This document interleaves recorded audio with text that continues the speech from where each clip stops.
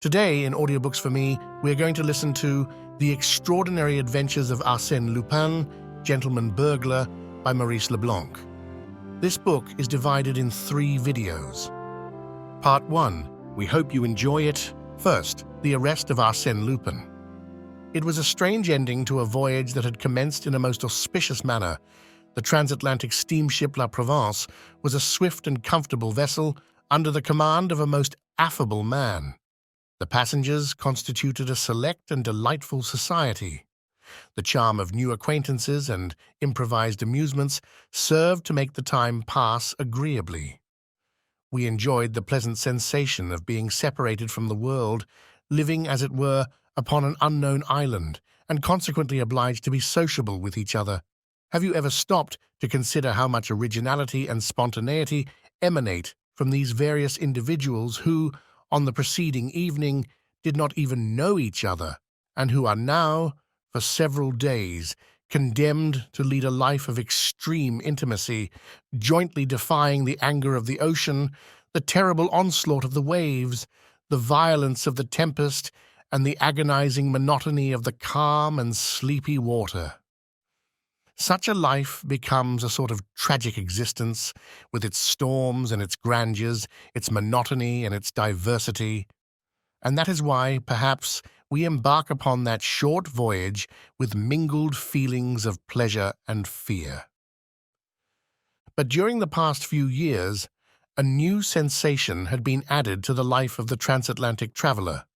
The little floating island is now attached to the world from which it was once quite free. A bond united them, even in the very heart of the watery wastes of the Atlantic.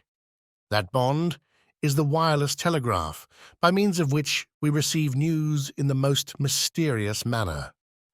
We know full well that the message is not transported by the medium of a hollow wire. No, the mystery is even more inexplicable, more romantic, and we must have recourse to the wings of the air in order to explain this new miracle. During the first day of the voyage, we felt that we were being followed, escorted, preceded even by that distant voice which, from time to time, whispered to one of us a few words from the receding world. 2 friends spoke to me. 10, 20 others sent gay or somber words of parting to other passengers. On the second day, at a distance of 500 miles from the French coast, in the midst of a violent storm, we received the following message by means of the wireless telegraph.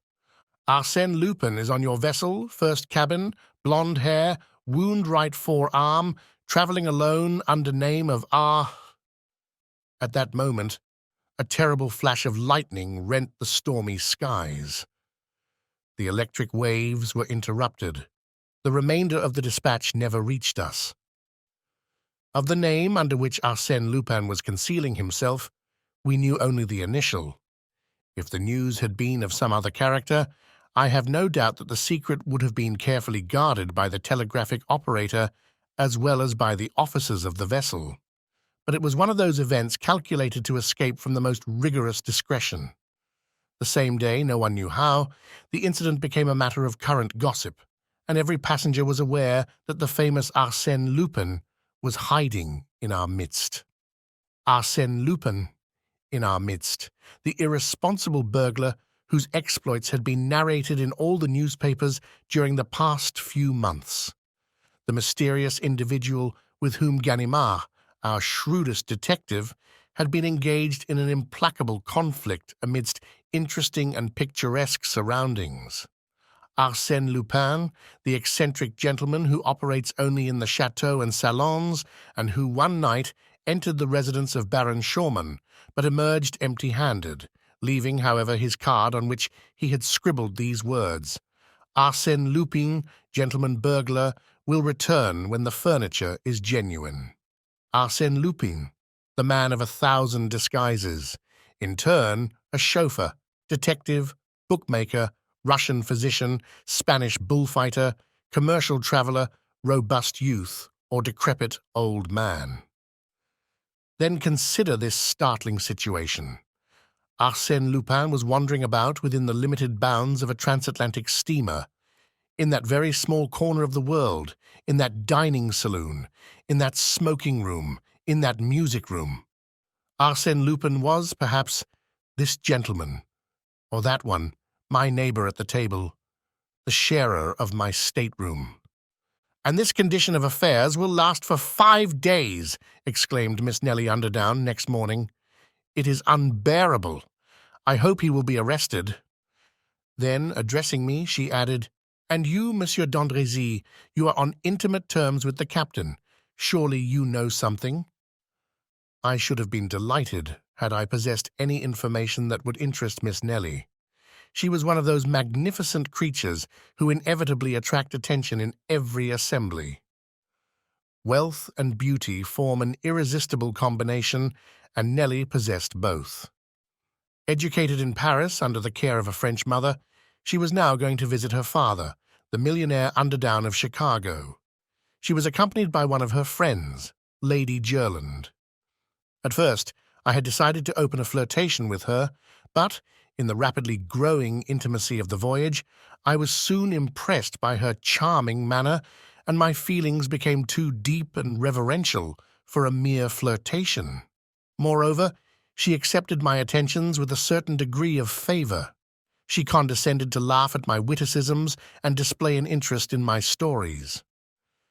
Yet I felt that I had a rival in the person of a young man with quiet and refined tastes. And it struck me, at times, that she preferred his taciturn humor to my Parisian frivolity. He formed one in the circle of admirers that surrounded Miss Nellie at the time she addressed to me the foregoing question. We were all comfortably seated in our deck chairs. The storm of the preceding evening had cleared the sky. The weather was now delightful. "I have no definite knowledge, mademoiselle," I replied. "But cannot we ourselves investigate the mystery quite as well as the detective Ganimard, the personal enemy of Arsène Lupin?" Oh, you are progressing very fast, monsieur." "Not at all, mademoiselle. In the first place, let me ask, do you find the problem a complicated one?" "Very complicated." "Have you forgotten the key we hold for the solution to the problem?" "What key?" "In the first place, Lupin calls himself Monsieur R." "Rather vague information," she replied. "Secondly, he is traveling alone." "Does that help you?" she asked. "Thirdly, he is blonde." "Well, then we have only to peruse the passenger list and proceed by process of elimination." I had that list in my pocket. I took it out and glanced through it. Then I remarked, "I find that there are only 13 men on the passenger list whose names begin with the letter R." "Only 13? "Yes, in the first cabin. And of those 13, I find that 9 of them are accompanied by women, children, or servants. That leaves only 4 who are traveling alone. First, the Marquis de Raverdun." "Secretary to the American ambassador," interrupted Miss Nellie. "I know him." "Major Rawson," I continued. "He's my uncle," someone said. "Mon, Revolta." "Here!" exclaimed an Italian whose face was concealed beneath a heavy black beard. Miss Nellie burst into laughter and exclaimed, "That gentleman can scarcely be called a blonde." "Ned." "Very well, then," I said, "we are forced to the conclusion that the guilty party is the last one on the list." "What is his name?" "Mon Rosaine." "Does anyone know him?" No one answered. But Miss Nellie turned to the taciturn young man, whose attentions to her had annoyed me, and said, "Well, Monsieur Rosaine, why do you not answer?" All eyes were now turned upon him. He was a blonde. I must confess that I myself felt a shock of surprise, and the profound silence that followed her question indicated that the others present also viewed the situation with a feeling of sudden alarm. However, the idea was an absurd one, because the gentleman in question presented an air of the most perfect innocence. "Why do I not answer?" he said. "Because considering my name, my position as a solitary traveller, and the colour of my hair, I have already reached the same conclusion, and now think that I should be arrested." He presented a strange appearance as he uttered these words.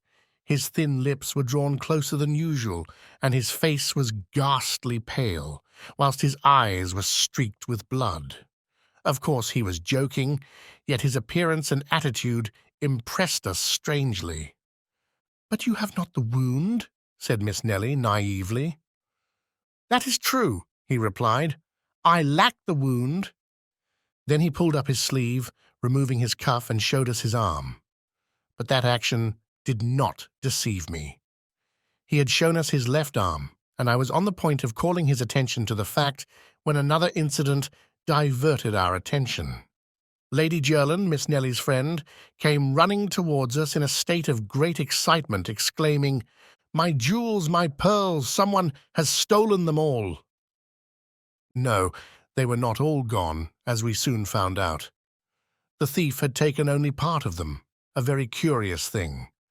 Of the diamond sunbursts, jeweled pendants, bracelets, and necklaces, the thief had taken not the largest, but the finest and most valuable stones. The mountings were lying upon the table. I saw them there, despoiled of their jewels, like flowers from which the beautiful coloured petals had been ruthlessly plucked. And this theft must have been committed at the time Lady Jerland was taking her tea, in broad daylight, in a stateroom opening on a much-frequented corridor.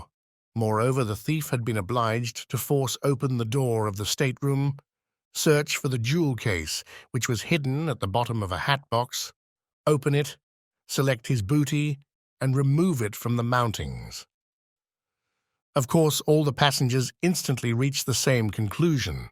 It was the work of Arsène Lupin.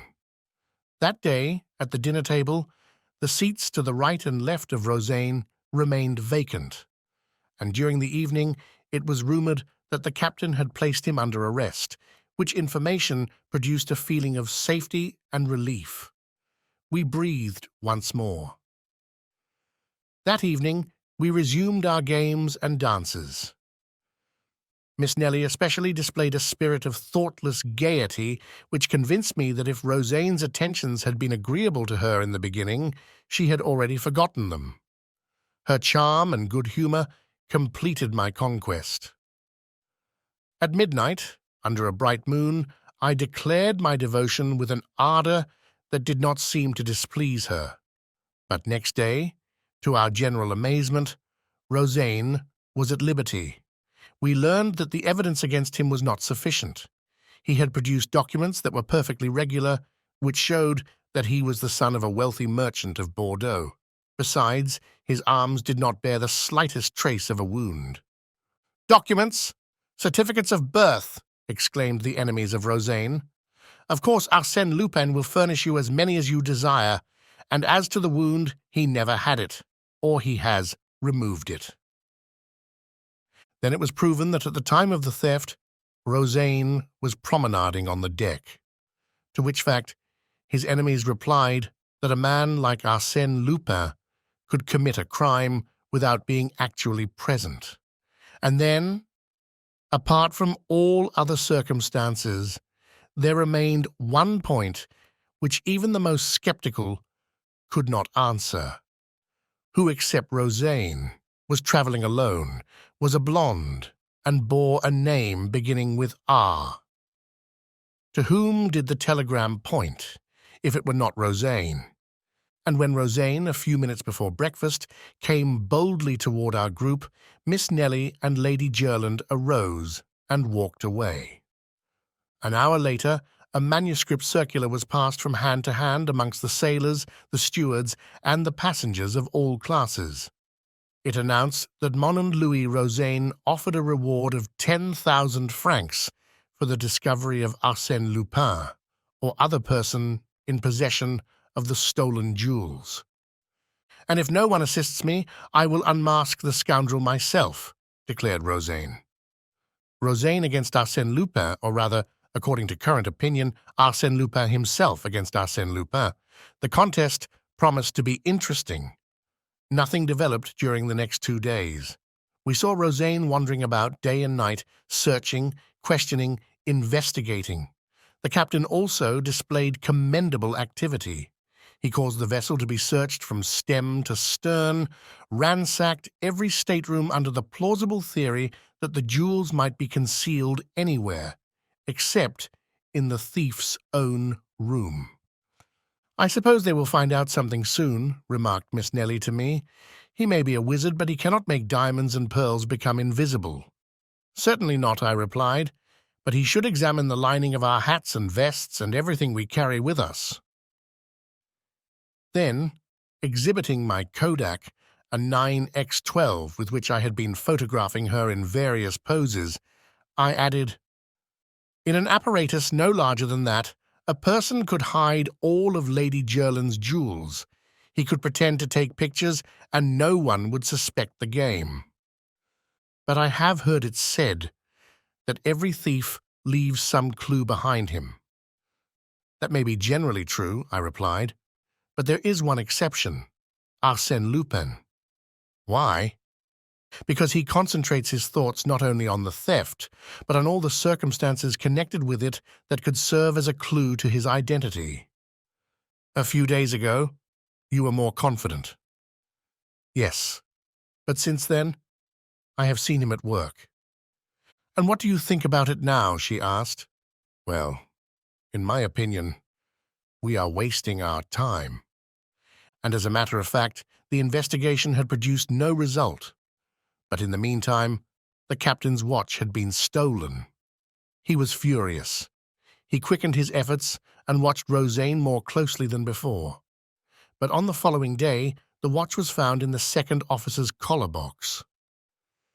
This incident caused considerable astonishment and displayed the humorous side of Arsène Lupin, burglar though he was, but dilettante as well. He combined business with pleasure. He reminded us of the author who almost died in a fit of laughter provoked by his own play. Certainly he was an artist in his particular line of work, and whenever I saw Rosaine, gloomy and reserved, and thought of the double role that he was playing, I accorded him a certain measure of admiration. On the following evening, the officer on deck duty heard groans emanating from the darkest corner of the ship. He approached and found a man lying there, his head enveloped in a thick grey scarf and his hands tied together with a heavy cord. It was Rosaine. He had been assaulted, thrown down, and robbed. A card pinned to his coat bore these words: "Arsène Lupin accepts with pleasure the 10,000 francs offered by Mondo Rosaine." As a matter of fact, the stolen pocketbook contained 20,000 francs. Of course, some accused the unfortunate man of having simulated this attack on himself. But apart from the fact that he could not have bound himself in that manner, it was established that the writing on the card was entirely different from that of Rosaine, but on the contrary, resembled the handwriting of Arsène Lupin, as it was reproduced in an old newspaper found on board. Thus it appeared that Rosaine was not Arsène Lupin, but was Rosaine, the son of a Bordeaux merchant. And the presence of Arsène Lupin was once more affirmed, and that in a most alarming manner. Such was the state of terror amongst the passengers that none would remain alone in a stateroom or wander singly in unfrequented parts of the vessel.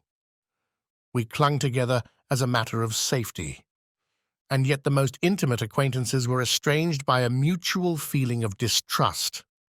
Arsène Lupin was now anybody and everybody. Our excited imaginations attributed to him miraculous and unlimited power. We supposed him capable of assuming the most unexpected disguises, of being, by turns, the highly respectable Major Rawson, or the noble Marquis de Raverdan, or even, for we no longer stopped with the accusing letter of R, or even such or such a person well known to all of us, and having wife, children, and servants.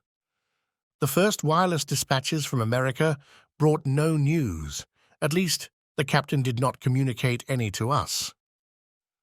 The silence was not reassuring. Our last day on the steamer seemed interminable. We lived in constant fear of some disaster. This time, it would not be a simple theft or a comparatively harmless assault. It would be a crime, a murder. No one imagined that Arsène Lupin would confine himself to those two trifling offences. Absolute master of the ship, the authorities powerless, he could do whatever he pleased. Our property and lives were at his mercy. Yet those were delightful hours for me, since they secured to me the confidence of Miss Nellie.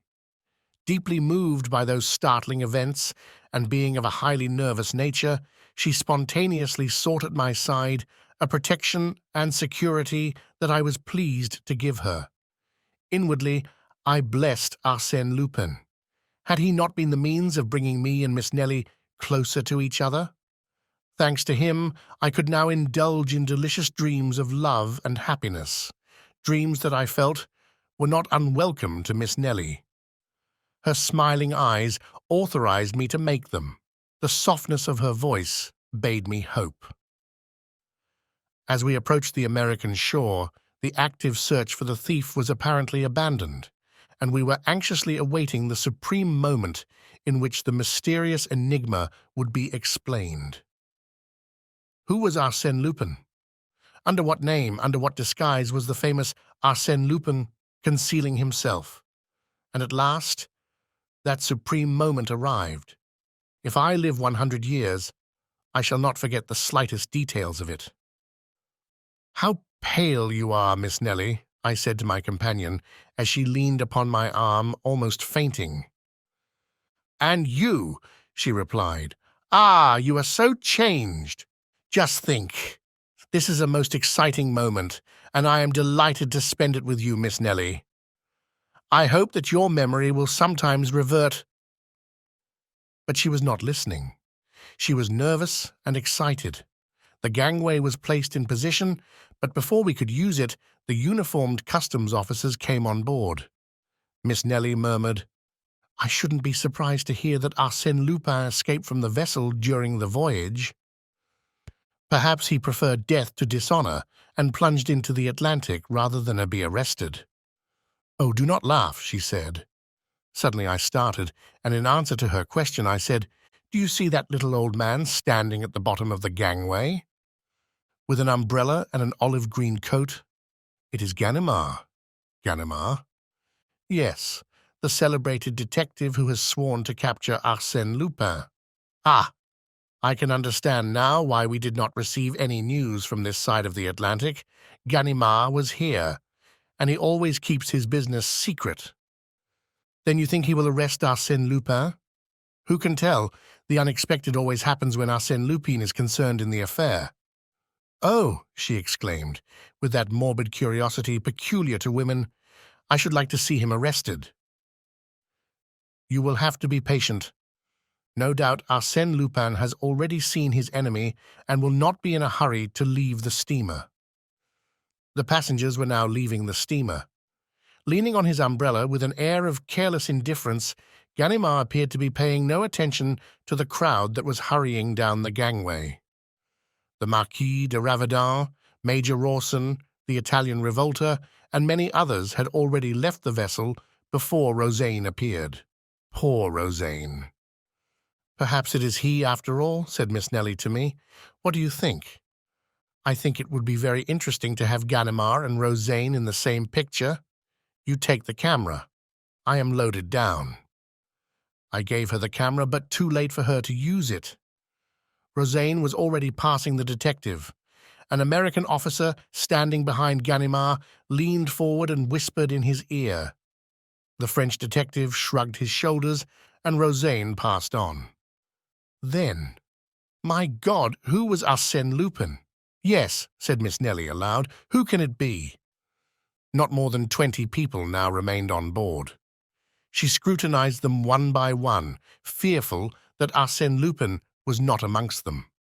"We cannot wait much longer," I said to her. She started toward the gangway. I followed. But we had not taken 10 steps when Ganimard barred our passage. "Well, what is it?" I exclaimed. "One moment, monsieur." "What's your hurry?" "I am escorting mademoiselle." "One moment," he repeated in a tone of authority. Then, gazing into my eyes, he said, "Arsène Lupin, is it not?" I laughed and replied, "No, simply Bernard d'Andrézy." Bernard d'Andrézy died in Macedonia 3 years ago. If Bernard d'Andrézy were dead, I should not be here. But you are mistaken. Here are my papers. They are his, and I can tell you exactly how they came into your possession." "You are a fool!" I exclaimed. "Arsène Lupin sailed under the name of R.R." "Yes, another of your tricks, a false scent that deceived them at Havre. You play a good game, my boy, but this time luck is against you." I hesitated a moment. Then he hit me a sharp blow on the right arm, which caused me to utter a cry of pain. He had struck the wound, yet unhealed, referred to in the telegram. I was obliged to surrender. There was no alternative. I turned to Miss Nellie, who had heard everything. Our eyes met. Then she glanced at the kodak I had placed in her hands and made a gesture that conveyed to me the impression that she understood everything. Yes, there, between the narrow folds of black leather, in the hollow center of the small object that I had taken the precaution to place in her hands, before Ganimard arrested me, it was there I had deposited Rosane's 20,000 francs and Lady Jerland's pearls and diamonds. Oh, I pledge my oath that at that solemn moment, when I was in the grasp of Ganimard and his 2 assistants, I was perfectly indifferent to everything, to my arrest, the hostility of the people, everything except this one question. What will Miss Nellie do with the things I had confided to her? In the absence of that material and conclusive proof, I had nothing to fear. But would Miss Nellie decide to furnish that proof? Would she betray me? Would she act the part of an enemy who cannot forgive, or that of a woman whose scorn is softened by feelings of indulgence and involuntary sympathy? She passed in front of me. I said nothing, but bowed very low. Mingled with the other passengers, she advanced to the gangway with my kodak in her hand. It occurred to me that she would not dare to expose me publicly, but she might do so when she reached a more private place. However, when she had passed only a few feet down the gangway, with a movement of simulated awkwardness, she let the camera fall into the water between the vessel and the pier. Then she walked down the gangway and was quickly lost to sight in the crowd. She had passed out of my life forever. For a moment I stood motionless. Then, to Ganimard's great astonishment, I muttered, "What a pity that I am not an honest man." Such was the story of his arrest as narrated to me by Arsène Lupin himself. The various incidents, which I shall record in writing at a later day, have established between us certain ties. Shall I say of friendship? Yes, I venture to believe that Arsène Lupin honors me with his friendship, and that it is through friendship that he occasionally calls on me and brings, into the silence of my library, his youthful exuberance of spirits, the contagion of his enthusiasm, and the mirth of a man for whom destiny has naught but favors and smiles. His portrait? How can I describe him? I've seen him 20 times, and each time he was a different person. Even he himself said to me on one occasion, "I no longer know who I am. I cannot recognize myself in the mirror." Certainly he was a great actor and possessed a marvelous faculty for disguising himself. Without the slightest effort, he could adopt the voice, gestures, and mannerisms of another person. "Why," said he, "why should I retain a definite form and feature? Why not avoid the danger of a personality that is ever the same? My actions will serve to identify me." Then he added, with a touch of pride, "So much the better, if no one can ever say with absolute certainty, 'There is Arsène Lupin.' The essential point is that the public may be able to refer to my work and say, without fear of mistake, 'Arsène Lupin did that.' Second, Arsène Lupin, in prison. There is no tourist worthy of the name who does not know the banks of the Seine and has not noticed, in passing, the little feudal castle of the Malaquis built upon a rock in the center of the river. An arched bridge connects it with the shore. All around it, the calm waters of the great river play peacefully amongst the reeds, and the wagtails flutter over the moist crests of the stones. The history of the Malaquis castle is stormy like its name, harsh like its outlines. It has passed through a long series of combats, sieges, assaults, rapines, and massacres. A recital of the crimes that have been committed there would cause the stoutest heart to tremble. There are many mysterious legends connected with the castle, and they tell us of a famous subterranean tunnel that formerly led to the Abbey of Jumièges and to the manor of Agnes Sorel, mistress of Charles VII. In that ancient habitation of heroes and brigands, the Baron Nathan Cahorn now lived, or Baron Satan, as he was formerly called on the Bourse, where he had acquired a fortune with incredible rapidity. The lords of Malaquis, absolutely ruined, had been obliged to sell the ancient castle at a great sacrifice. It contained an admirable collection of furniture, pictures, wood carvings, and faience. The Baron lived there alone, attended by 3 old servants. No one ever enters the place. No one had ever beheld the 3 Rubens that he possessed, his 2 Watteaux, his Jean Goujon pulpit, and the many other treasures that he had acquired by a vast expenditure of money at public sales. Baron Satan lived in constant fear, not for himself, but for the treasures that he had accumulated with such an earnest devotion and with so much perspicacity that the shrewdest merchant could not say that the Baron had ever erred in his taste or judgment. He loved them, his bibelots. He loved them intensely, like a miser, jealously, like a lover. Every day at sunset, the iron gates at either end of the bridge and at the entrance to the Court of Honor are closed and barred. At the least touch on these gates, electric bells will ring throughout the castle. One Thursday in September, a letter carrier presented himself at the gate at the head of the bridge, and as usual, it was the Baron himself who partially opened the heavy portal. He scrutinized the man as minutely as if he were a stranger, although the honest face and twinkling eyes of the postman had been familiar to the Baron for many years. The man laughed as he said, "It is only I, Monsieur le Baron. It is not another man wearing my cap and blouse." "One can never tell," muttered the Baron. The man handed him a number of newspapers and then said, "And now, Monsieur le Baron, here is something new." "Something new?" "Yes, a letter, a registered letter." Living as a recluse, without friends or business relations, the Baron never received any letters, and the one now presented to him immediately aroused within him a feeling of suspicion and distrust. It was like an evil omen. Who was this mysterious correspondent that dared to disturb the tranquillity of his retreat? "You must sign for it, Monsieur le Baron."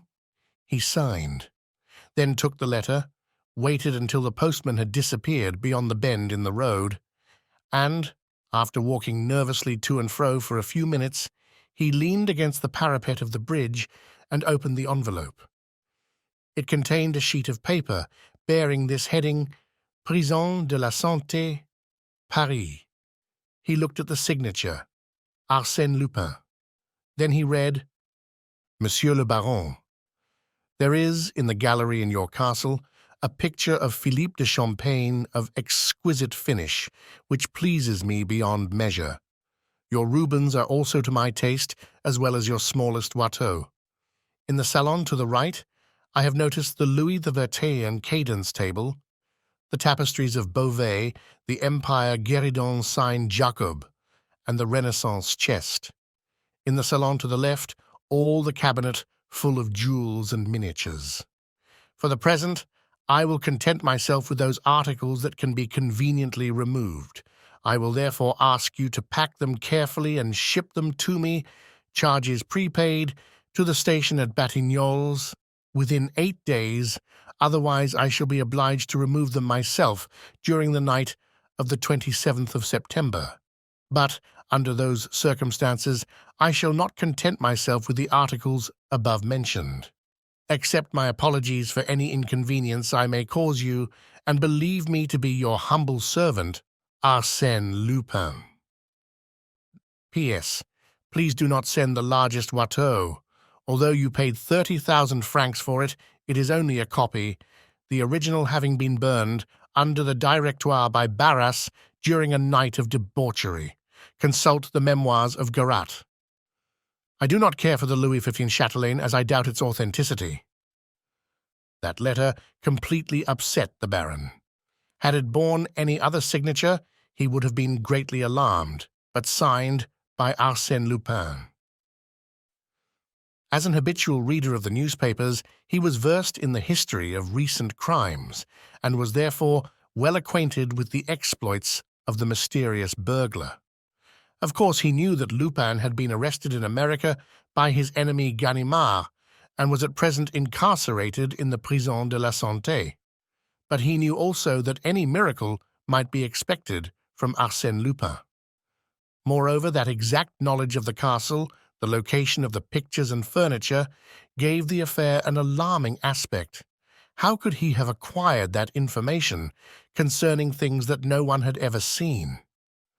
The Baron raised his eyes and contemplated the stern outlines of the castle, its steep, rocky pedestal, the depth of the surrounding water, and shrugged his shoulders. Certainly there was no danger. No one in the world could force an entrance to the sanctuary that contained his priceless treasures.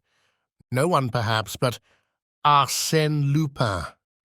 For him, gates, walls, and drawbridges did not exist.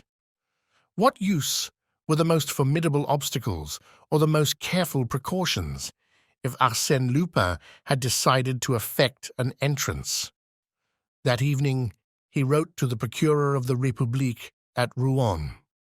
He enclosed the threatening letter and solicited aid and protection.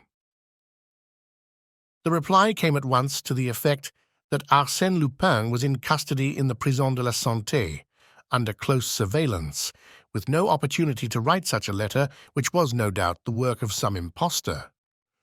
But as an act of precaution, the Procureur had submitted the letter to an expert in handwriting, who declared that in spite of certain resemblances, the writing was not that of the prisoner. But the words, "in spite of certain resemblances," caught the attention of the Baron. In them he read the possibility of a doubt which appeared to him quite sufficient to warrant the intervention of the law. His fears increased. He read Lupin's letter over and over again. "I shall be obliged to remove them myself." And then there was the fixed date, the night of the 27th of September. To confide in his servants was a proceeding repugnant to his nature. But now, for the first time in many years, he experienced the necessity of seeking counsel with someone. Abandoned by the legal official of his own district and feeling unable to defend himself with his own resources, he was on the point of going to Paris to engage the services of a detective. 2 days passed. On the third day, he was filled with hope and joy as he read the following item in the Réveil de Caudebec, a newspaper published in a neighboring town.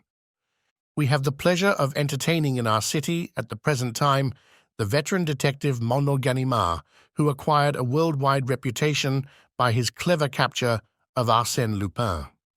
He has come here for rest and recreation, and being an enthusiastic fisherman, he threatens to capture all the fish in our river." Ganimard! Ah, here is the assistance desired by Baron Cahorn. Who could baffle the schemes of Arsène Lupin better than Ganimard, the patient and astute detective?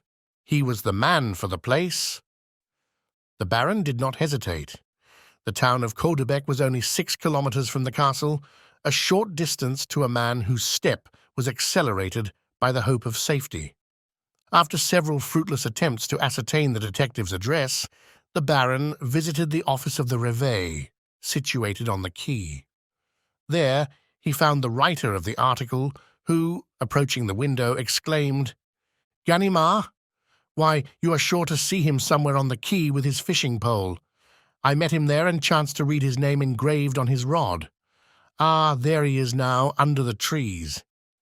"That little man wearing a straw hat?" "Exactly. He is a gruff fellow with little to say."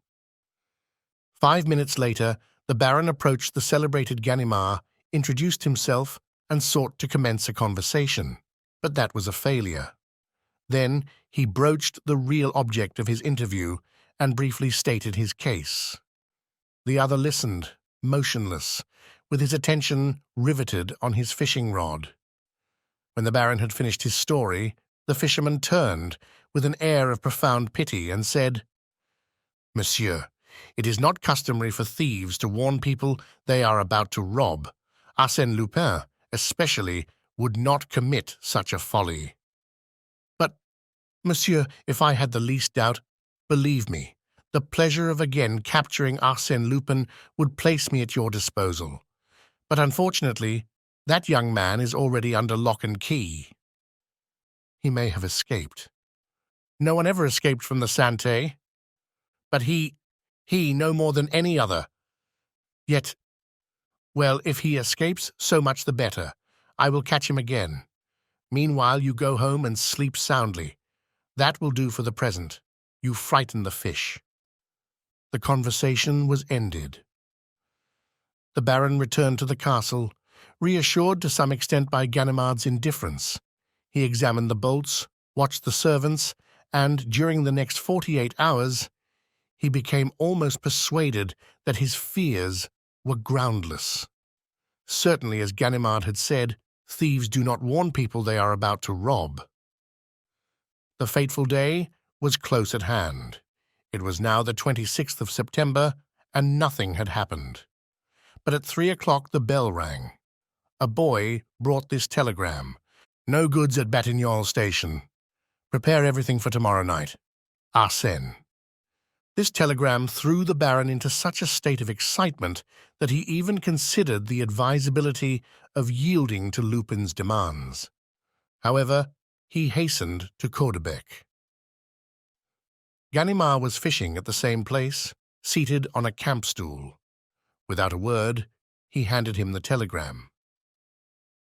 "Well, what of it?" said the detective. "What of it? But it is tomorrow." "What is tomorrow?" "The robbery! The pillage of my collections!"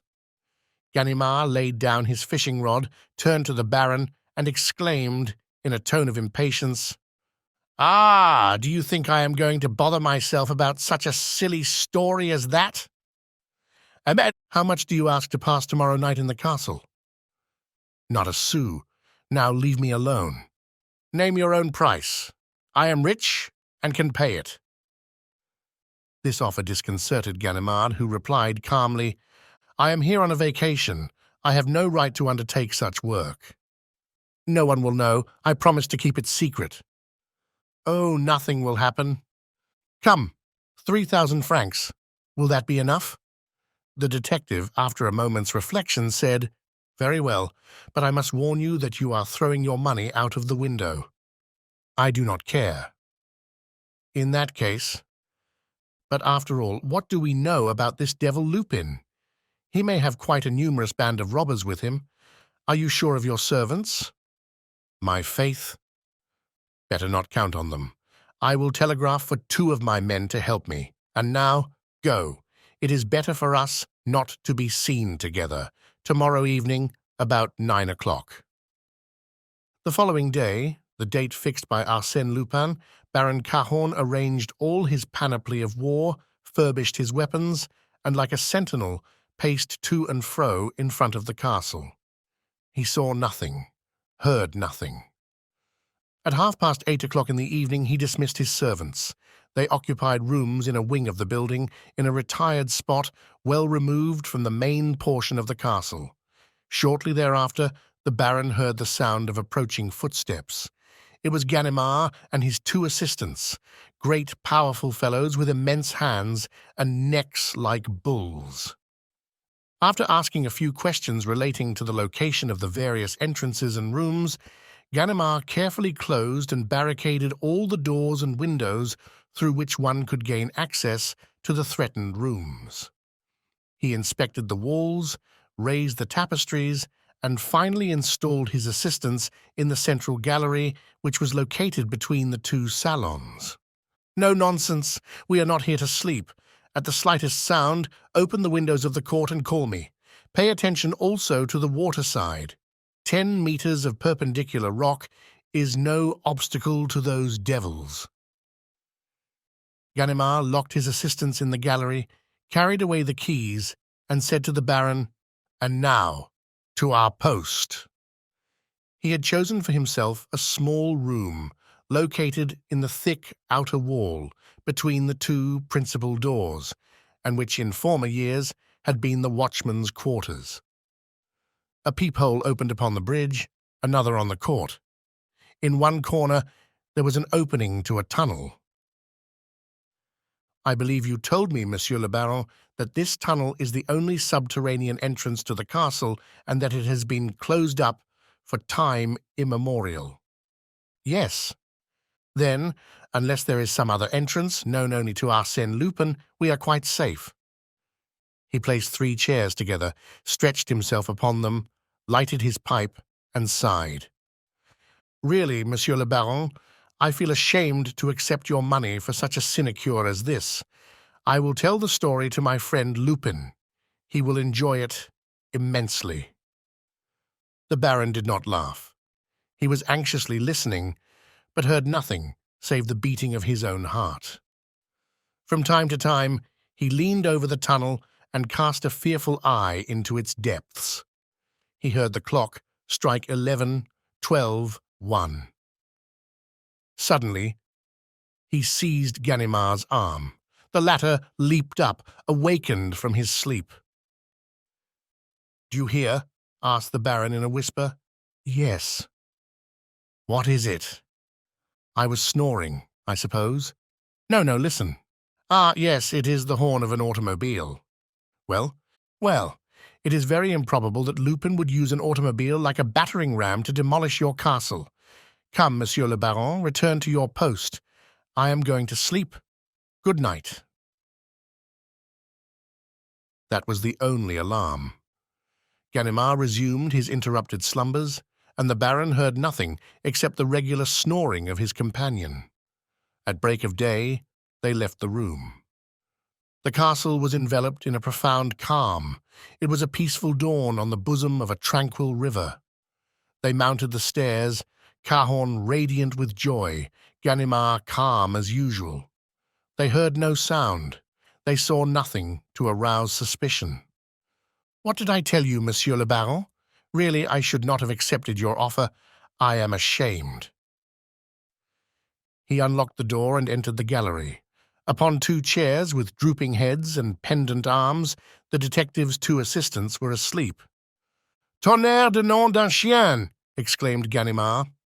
At the same moment, the Baron cried out, "The pictures! The credence!" He stammered, choked, with arms outstretched toward the empty places, toward the denuded walls where naught remained but the useless nails and cords. The Watteau disappeared. The Rubens carried away. The tapestries taken down. The cabinets despoiled of their jewels.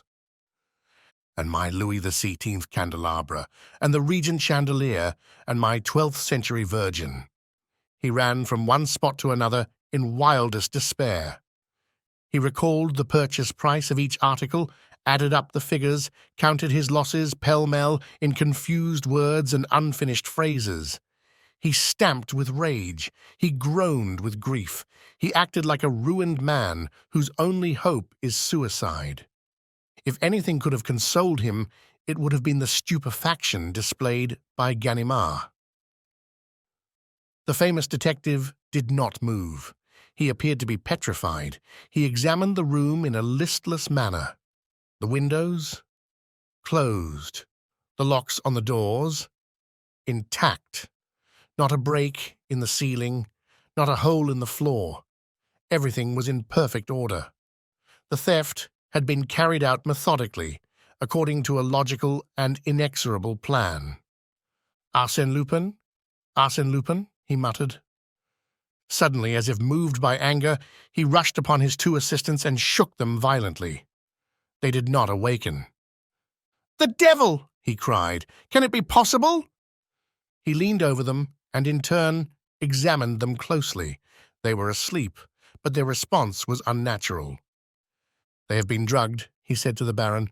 "By whom?" "By him, of course, or his men under his discretion. That work bears his stamp." "In that case I am lost. Nothing can be done." "Nothing," assented Ganimard. "It is dreadful. It is monstrous." "Lodge a complaint." "What good will that do?" "Oh, it is well to try it. The law has some resources." "The law? Bah! It is useless. You represent the law, and at this moment, when you should be looking for a clue and trying to discover something, you do not even stir." "Discover something with Arsène Lupin? Why, my dear monsieur, Arsène Lupin never leaves any clue behind him. He leaves nothing to chance. Sometimes I think he put himself in my way and simply allowed me to arrest him in America." "Then I must renounce my pictures. He has taken the gems of my collection. I would give a fortune to recover them. If there is no other way, let him name his own price." Ganimard regarded the Baron attentively, as he said, "Now, that is sensible. Will you stick to it?" "Yes, yes, but why?" "An idea that I have." "What is it?" "We will discuss it later, if the official examination does not succeed. But not one word about me, if you wish my assistance." He added between his teeth, "It is true I have nothing to boast of in this affair." The assistants were gradually regaining consciousness with the bewildered air of people who come out of an hypnotic sleep. They opened their eyes and looked about them in astonishment. Ganimard questioned them. They remembered nothing. "But you must have seen someone?" "No." "Can't you remember?" "No. No." "Did you drink anything?" They considered a moment, and then one of them replied, "Yes, I drank a little water." "Out of that carafe?" "Yes." "So did I," declared the other. Ganimard smelled and tasted it. It had no particular taste and no odor. "Come," he said, "we are wasting our time here. One can't decide an Arsène Lupin problem in 5 minutes, but morbleu, I swear I will catch him again." The same day, a charge of burglary was duly performed by Baron Cahorn against Arsène Lupin, a prisoner in the Prison de la Santé. The Baron afterwards regretted making the charge against Lupin when he saw his castle delivered over to the gendarme, the procureur, the judge d'instruction, the newspaper reporters and photographers, and a throng of idle curiosity-seekers. The affair soon became a topic of general discussion, and the name of Arsène Lupin excited the public imagination to such an extent that the newspapers filled their columns with the most fantastic stories of his exploits, which found ready credence amongst their readers. But the letter of Arsène Lupin that was published in the Echo de France, no one ever knew how the newspaper obtained it, that letter in which Baron Cahorn was impudently warned of the coming theft, caused considerable excitement. The most fabulous theories were advanced.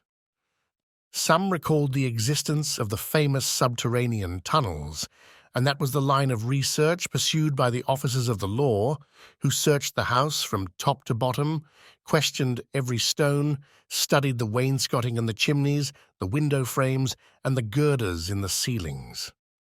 By the light of torches, they examined the immense cellars where the lords of Malaquis were wont to store their munitions and provisions. They sounded the rocky foundation to its very center, but it was all in vain. They discovered no trace of a subterranean tunnel, no secret passage existed. But the eager public declared that the pictures and furniture could not vanish like so many ghosts. They are substantial, material things and require doors and windows for their exits and their entrances, and so do the people that remove them. Who were those people? How did they gain access to the castle? And how did they leave it?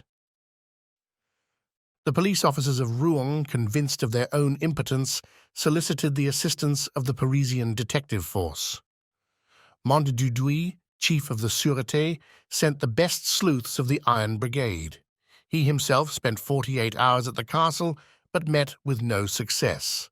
Then he sent for Ganimard, whose past services had proved so useful when all else failed. Ganimard listened in silence to the instructions of his superior. Then, shaking his head, he said, "In my opinion, it is useless to ransack the castle. The solution of the problem lies elsewhere." "Where, then?" "With Arsène Lupin." "With Arsène Lupin? To support that theory, we must admit his intervention." "I do admit it. In fact, I consider it quite certain." "Come, Ganimard, that is absurd. Arsène Lupin is in prison." "I grant you that Arsène Lupin is in prison, closely guarded, but he must have fetters on his feet, manacles on his wrists, and gag in his mouth before I change my opinion." "Why so obstinate, Ganimard?"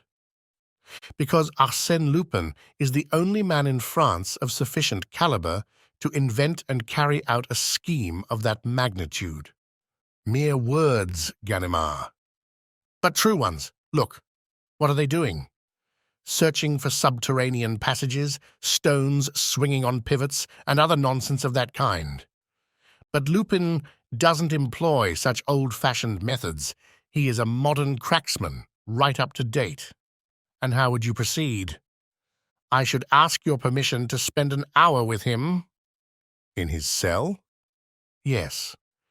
During the return trip from America, we became very friendly, and I venture to say that if he can give me any information without compromising himself, he will not hesitate to save me from incurring useless trouble." It was shortly after noon when Ganimard entered the cell of Arsène Lupin. The latter, who was lying on his bed, raised his head and uttered a cry of apparent joy. "Ah, this is a real surprise, my dear Ganimard. Here, Ganimard himself. In my chosen retreat, I have felt a desire for many things, but my fondest wish was to receive you here." "Very kind of you, I'm sure." "Not at all. You know I hold you in the highest regard." "I'm proud of it." "I have always said, Ganimard is our best detective. He is almost— you see how candid I am. He is almost as clever as Sherlock Holmes. But I'm sorry that I cannot offer you anything better than this hard stool, and no refreshments, not even a glass of beer. Of course, you will excuse me, as I am here only temporarily." Ganimard smiled and accepted the proffered seat. Then the prisoner continued, "Mon Dieu, how pleased I am to see the face of an honest man. I am so tired of those devils of spies who come here 10 times a day to ransack my pockets and my cell to satisfy themselves that I am not preparing to escape. The government is very solicitous on my account." "It is quite right." "Why so? I should be quite contented if they would allow me to live in my own quiet way." "On other people's money?" "Quite so. That would be so simple. But here I am joking, and you are, no doubt, in a hurry. So let us come to business, Ganimard. To what do I owe the honor of this visit?" "The Cahorn affair," declared Ganimard frankly. "Ah, wait 1 moment. You see, I have had so many affairs. First, let me fix in my mind the circumstances of this particular case. Ah, yes, now I have it. The Cahorn affair, Malaquis Castle, Seine-Inférieure. 2 Rubens, a Watteau, and a few trifling articles." "Trifling? Oh, ma foi, all that is of slight importance, but it suffices to know that the affair interests you. How can I serve you, Ganimard?" "Must I explain to you what steps the authorities have taken in the matter?" "Not at all. I have read the newspapers, and I will frankly state that you have made very little progress. And that is the reason I have come to see you. I am entirely at your service. In the first place, the Cahorn affair was managed by you?" "From A to Z. The letter of warning? The telegram?" All mine. I ought to have the receipt somewhere. Arsène opened the drawer of a small table of plain white wood, which, with the bed and stool, constituted all the furniture in his cell, and took therefrom 2 scraps of paper, which he handed to Ganimard. "Ah!" exclaimed the detective in surprise, "I thought you were closely guarded and searched, and I find that you read the newspapers and collect postal receipts." "Bah! These people are so stupid. They open the lining of my vest. They examine the soles of my shoes. They sound the walls of my cell. But they never imagine that Arsène Lupin would be foolish enough to choose such a simple hiding place." Ganimard laughed as he said, "What a droll fellow you are! Really, you bewilder me. But come now, tell me about the Cahorn affair." Oh, not quite so fast. You would rob me of all my secrets, expose all my little tricks. That is a very serious matter. Was I wrong to count on your complaisance? No, Ganimard, and since you insist— Arsène Lupin paced his cell 2 or 3 times. Then, stopping before Ganimard, he asked, "What do you think of my letter to the Baron?" "I think you were amusing yourself by playing to the gallery." "Ah, playing to the gallery. Come, Ganimard, I thought you knew me better. Do I, Arsène Lupin, ever waste my time on such puerilities? Would I have written that letter if I could have robbed the Baron without writing to him? I want you to understand that the letter was indispensable. It was the motor that set the whole machine in motion. Now let us discuss together a scheme for the robbery of the Malaquis Castle. Are you willing?" "Yes, proceed." "Well, let us suppose a castle carefully closed and barricaded like that of the Baron Cahorn. Am I to abandon my scheme and renounce the treasures that I covet upon the pretext that the castle which holds them is inaccessible? Evidently not. Should I make an assault upon the castle at the head of a band of adventurers, as they did in ancient times? That would be foolish. Can I gain admittance by stealth or cunning? Impossible. Then there is only one way open to me. I must have the owner of the castle invite me to it. That is surely an original method. And how easy! Let us suppose that one day the owner receives a letter warning him that a notorious burglar known as Arsène Lupin is plotting to rob him. What will he do? Send a letter to the procureur. Who will laugh at him, because the said Arsène Lupin is actually in prison. Then, in his anxiety and fear, the simple man will ask the assistance of the first comer, will he not? Very likely. And if he happens to read in a country newspaper that a celebrated detective is spending his vacation in a neighboring town, he will seek that detective. Of course, but on the other hand, let us presume that, having foreseen that state of affairs, the said Arsène Lupin has requested one of his friends to visit Caudebec, make the acquaintance of the editor of the Réveil, a newspaper to which the Baron is a subscriber, and let said editor understand that such person is the celebrated detective. Then what will happen? The editor will announce in the Réveil the presence in Caudebec of said detective. Exactly, and one of 2 things will happen. Either the fish, I mean Cahorn, will not bite and nothing will happen, or what is more likely, he will run and greedily swallow the bait. Thus, behold my Baron Cahorn imploring the assistance of one of my friends against me. Original, indeed. Of course, the pseudo-detective at first refuses to give any assistance. On top of that comes the telegram from Arsène Lupin. The frightened Baron rushes once more to my friend and offers him a definite sum of money for his services. My friend accepts and summons 2 members of our band, who, during the night, whilst Cahorn is under the watchful eye of his protector, removes certain articles by way of the window and lowers them with ropes into a nice little launch chartered for the occasion. Simple, isn't it? "Marvellous, marvellous!" exclaimed Ganimard. "The boldness of the scheme and the ingenuity of all its details are beyond criticism. But who is the detective whose name and fame served as a magnet to attract the Baron and draw him into your net. There is only one name could do it, only one. And that is? Arsène Lupin's personal enemy, the most illustrious Ganimard.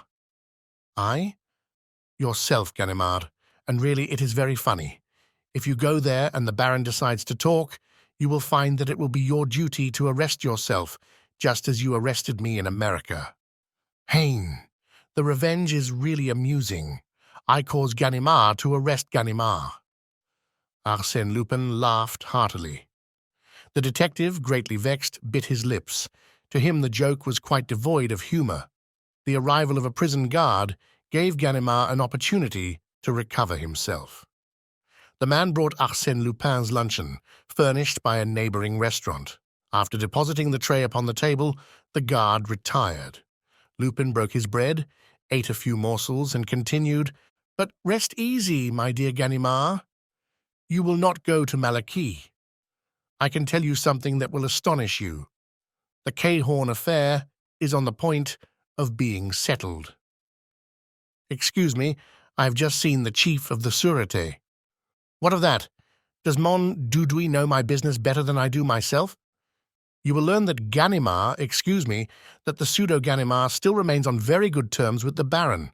The latter has authorized him to negotiate a very delicate transaction with me, and at the present moment, in consideration of a certain sum, it is probable that the Baron has recovered possession of his pictures and other treasures, and on their return he will withdraw his complaint.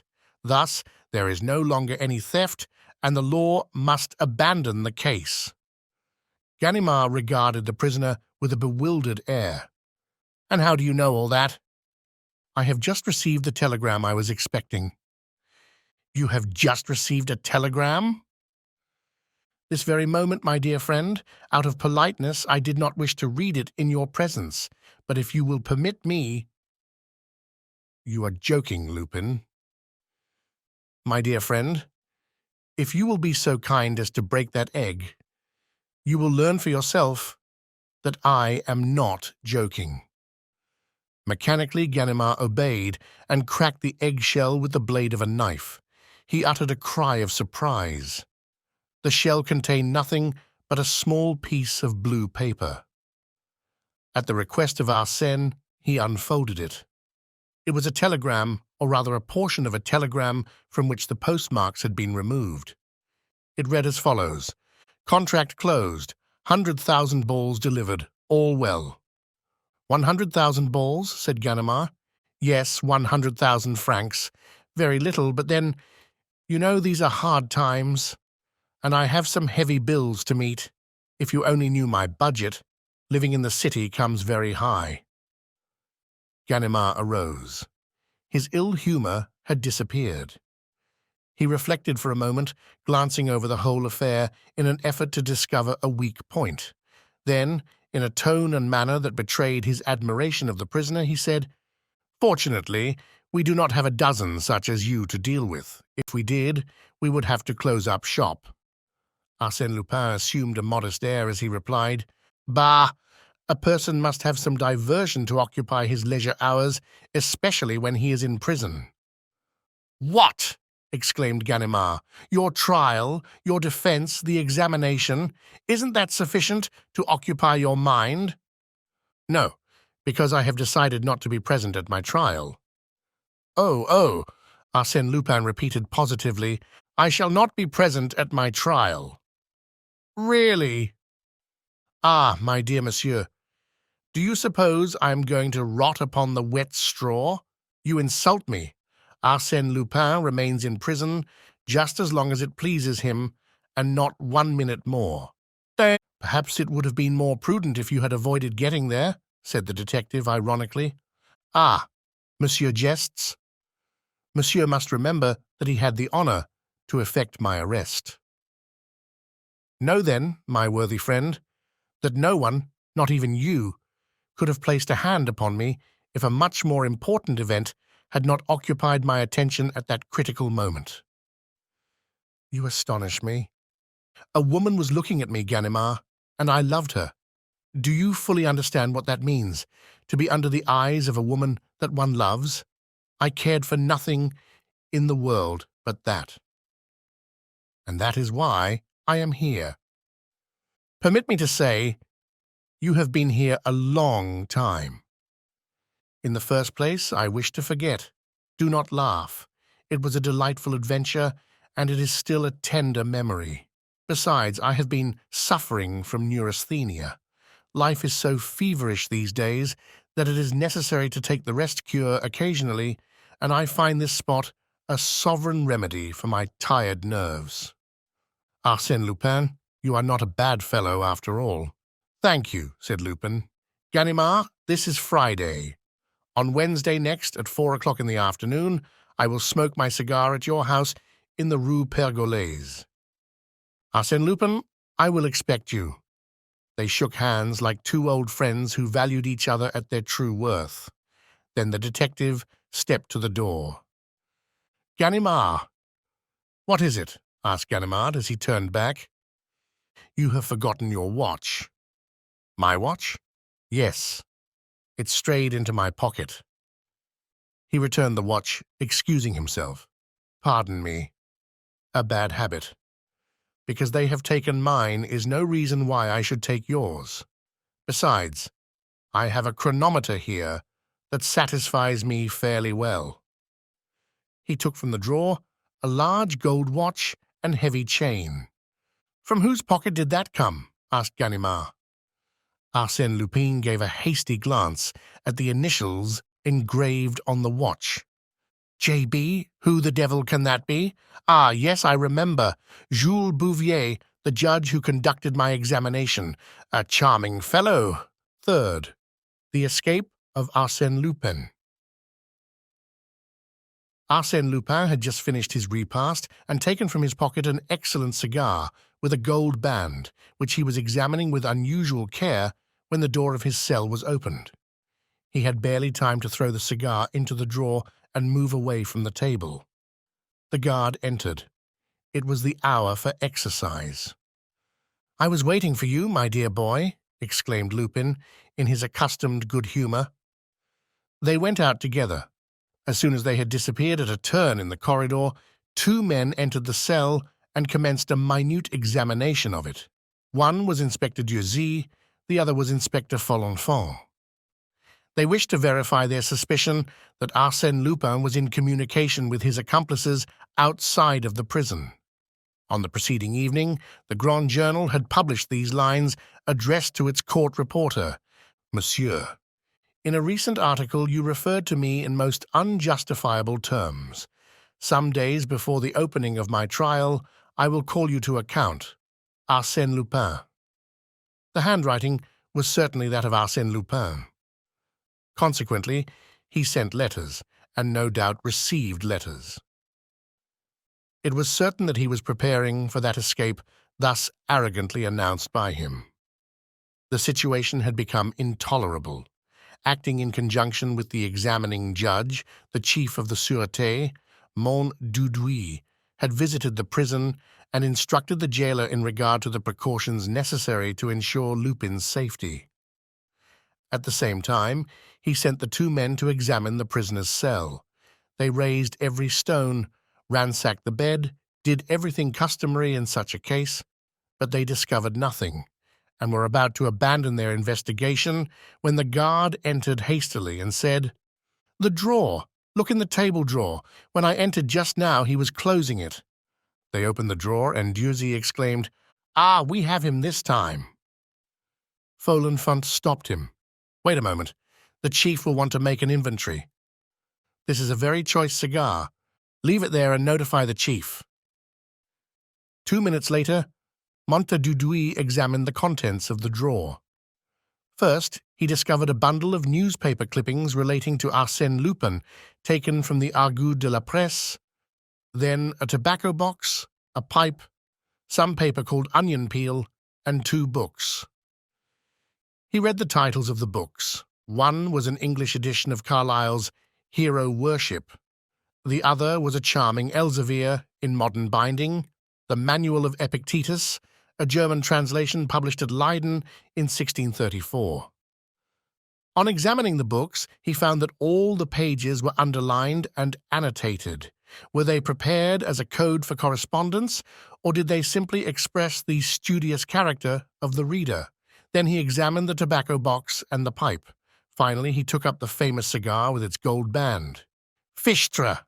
he exclaimed. "Our friend smokes a good cigar. It's a Henry Clay." With the mechanical action of an habitual smoker, he placed the cigar close to his ear and squeezed it to make it crack. Immediately he uttered a cry of surprise. The cigar had yielded under the pressure of his fingers. He examined it more closely and quickly discovered something white between the leaves of tobacco. Delicately, with the aid of a pin, he withdrew a roll of very thin paper, scarcely larger than a toothpick. It was a letter.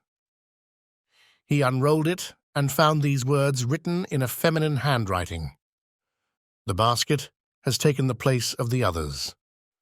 8 out of 10 are ready. On pressing the outer foot, the plate goes downward. From 12 to 16 every day, HP will wait. But where? Reply at once. Rest easy. Your friend is watching over you." Mondudouis reflected a moment, then said, "It is quite clear. The basket, the 8 compartments. From 12 to 16 means from 12 to 4 o'clock. But this HP, that will wait? HP must mean automobile.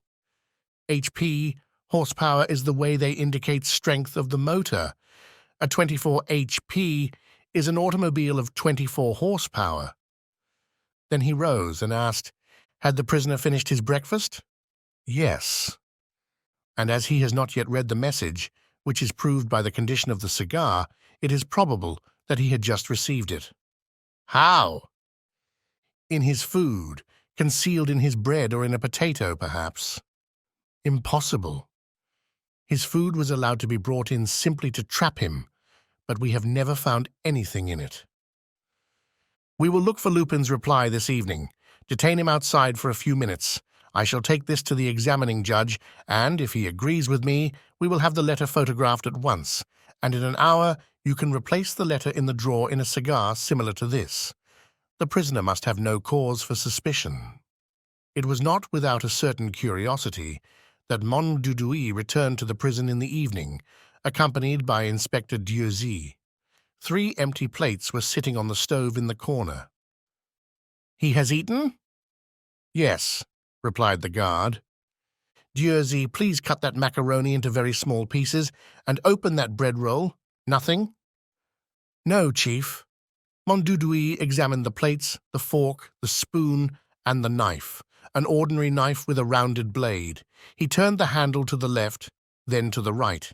It yielded and unscrewed. The knife was hollow and served as a hiding place for a sheet of paper. "Pooh," he said, "that is not very clever for a man like Arsène, but we mustn't lose any time. You, Dieuzy, go and search the restaurant." Then he read the note. "I trust to you. HP will follow at a distance every day. I will go ahead. Au revoir, dear friend." "At last," cried Mondudouis, rubbing his hands gleefully. "I think we have the affair in our own hands. A little strategy on our part, and the escape will be a success insofar as the arrest of his confederates are concerned." "But if Arsène Lupin slips through your fingers," suggested the guard. "We will have a sufficient number of men to prevent that. If, however, he displays too much cleverness, ma foi, so much the worse for him. As to his band of robbers, since the chief refuses to speak, the others must." And, as a matter of fact, Arsène Lupin had very little to say. For several months, Jules Bouvier, the examining judge, had exerted himself in vain. The investigation had been reduced to a few uninteresting arguments between the judge and the advocate, Maître Danval, one of the leaders of the bar. From time to time, through courtesy, Arsène Lupin would speak. One day he said, "Yes, Monsieur le Judge, I quite agree with you. the robbery of the Crédit Lyonnais, the theft in the Rue de Babylone, the issue of the counterfeit banknotes, the burglaries at the various chateaux, Armesnil, Gouret, Ambleverne, Groseilliers, Malaquis, all my work, monsieur. I did it all. Then will you explain to me? It is useless. I confess everything in a lump, everything and even 10 times more than you know nothing about.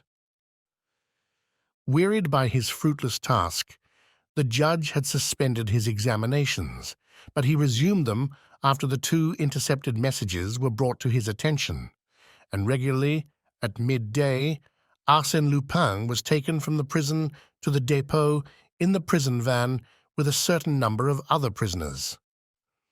They returned about 3 or 4 o'clock.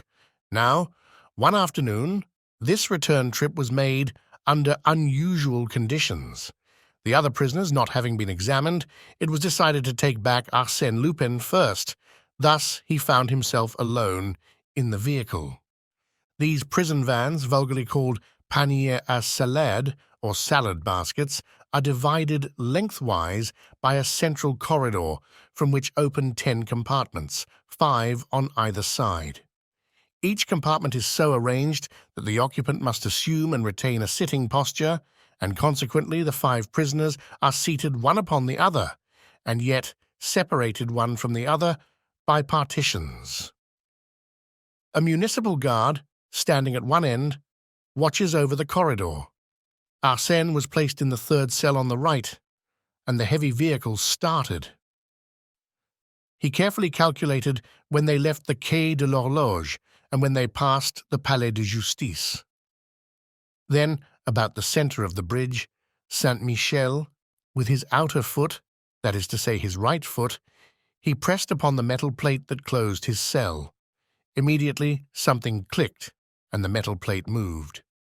He was able to ascertain that he was located between the 2 wheels. He waited, keeping a sharp lookout. The vehicle was proceeding slowly along the boulevard Saint-Michel. At the corner of Saint-Germain, it stopped. A truck horse had fallen. The traffic having been interrupted, a vast throng of fiacres and omnibuses had gathered there.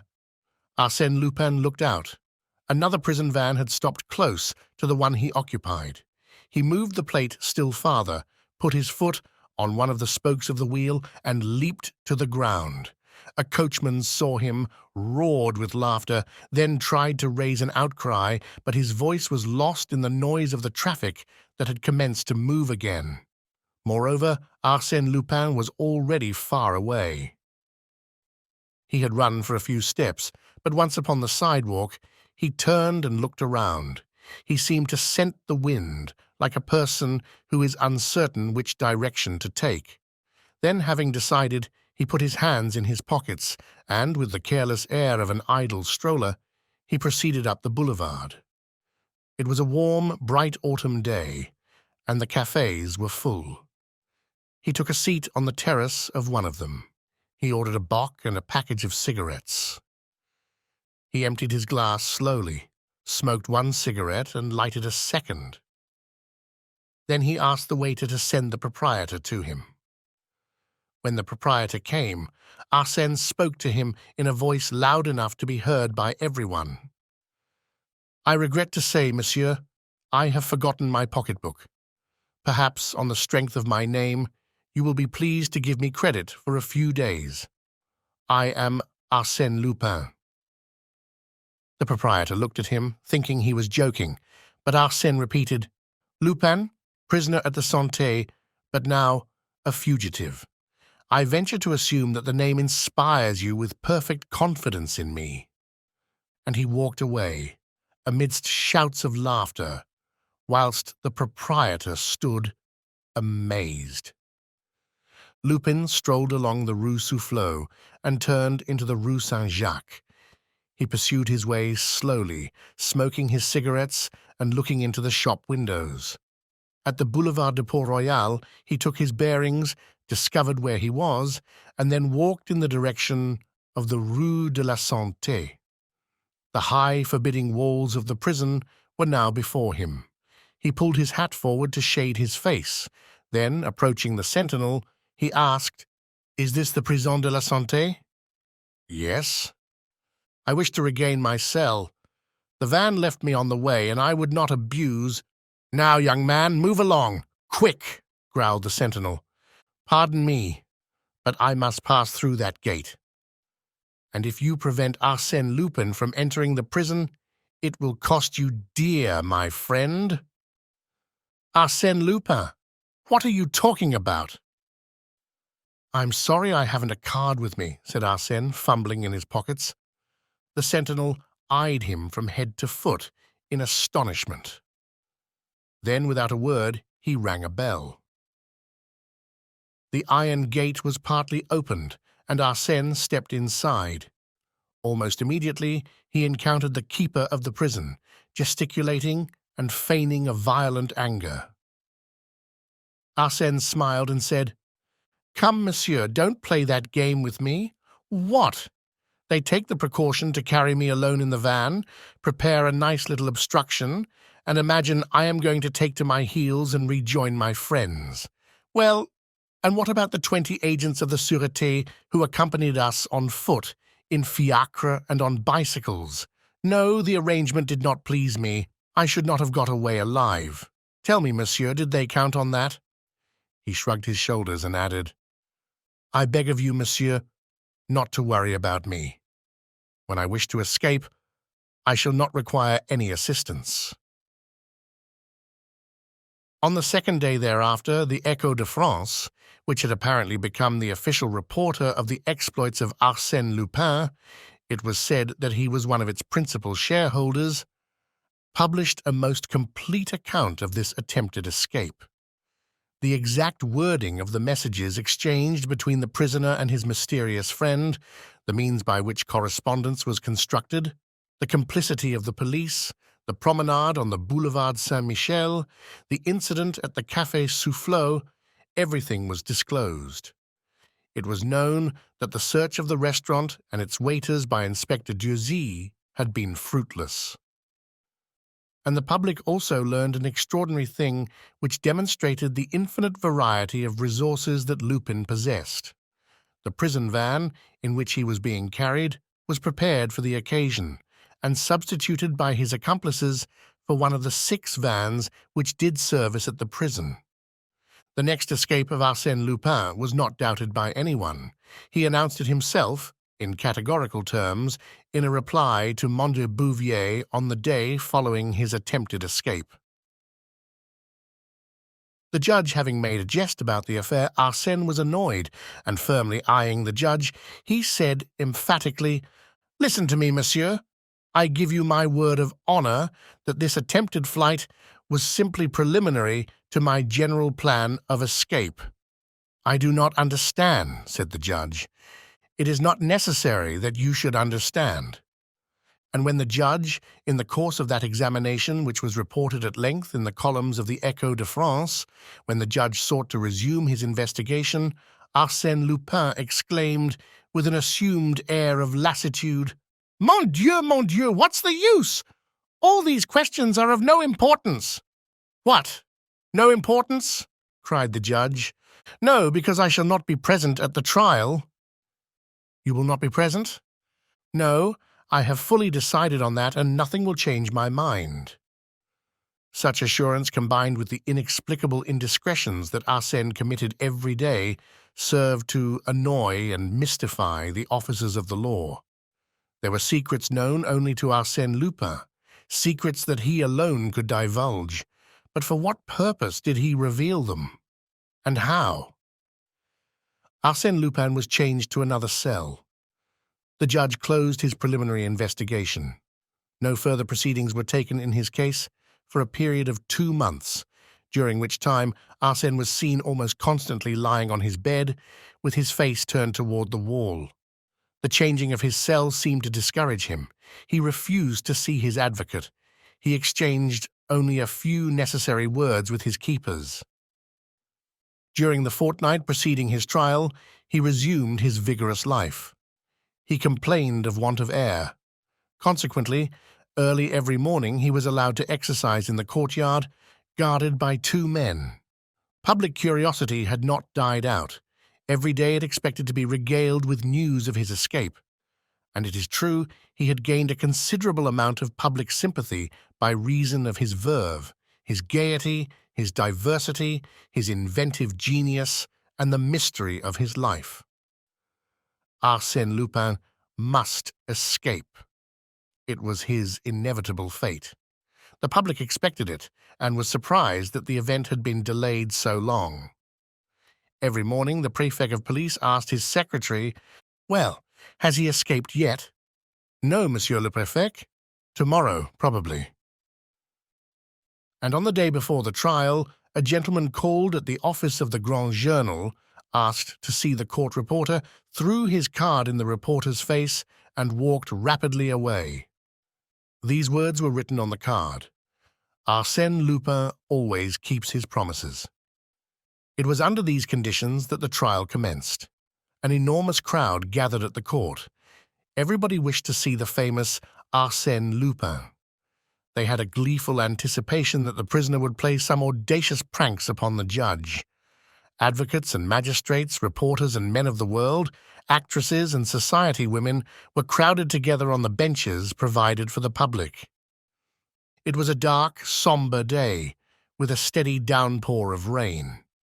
Only a dim light pervaded the courtroom, and the spectators caught a very indistinct view of the prisoner when the guards brought him in. But his heavy, shambling walk, the manner in which he dropped into his seat, and his passive, stupid appearance were not at all prepossessing.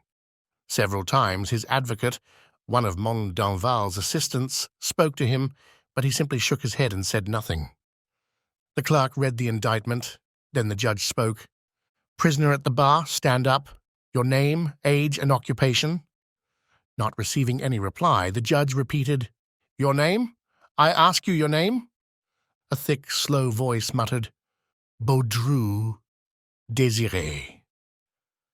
A murmur of surprise pervaded the courtroom, but the judge proceeded, "Baudru Désiré? Ah, a new alias. Well, as you have already assumed a dozen different names, and this one is, no doubt, as imaginary as the others, we will adhere to the name of Arsène Lupin, by which you are more generally known." The judge referred to his notes and continued, "For despite the most diligent search, your past history remains unknown.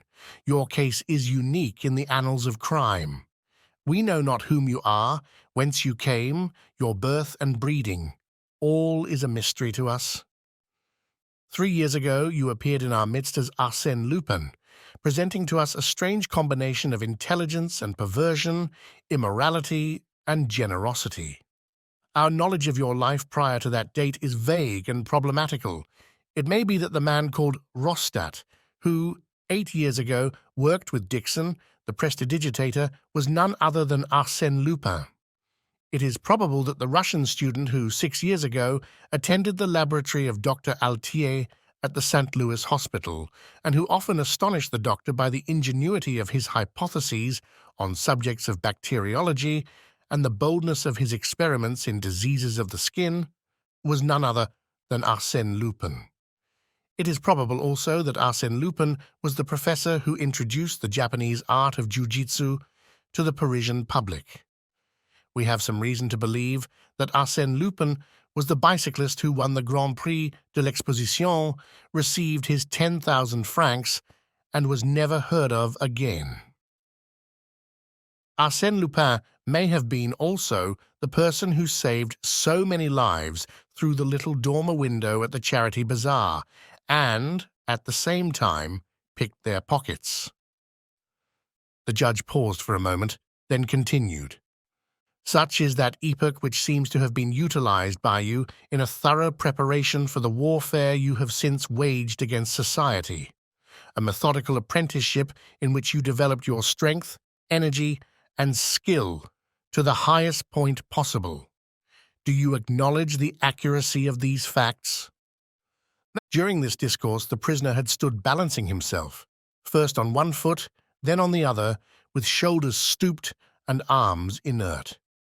Under the strongest light, one could observe his extreme thinness, his hollow cheeks, his projecting cheekbones, his earthen-colored face dotted with small red spots and framed in a rough, straggling beard. Prison life had caused him to age and wither. He had lost the youthful face and elegant figure we had seen portrayed so often in the newspapers. It appeared as if he had not heard the question propounded by the judge. Twice it was repeated to him. Then he raised his eyes, seemed to reflect, then, making a desperate effort, he murmured, "Baudru, Désiré." The judge smiled as he said, "I do not understand the theory of your defense, Arsène Lupin. If you are seeking to avoid responsibility for your crimes on the ground of imbecility, such a line of defense is open to you.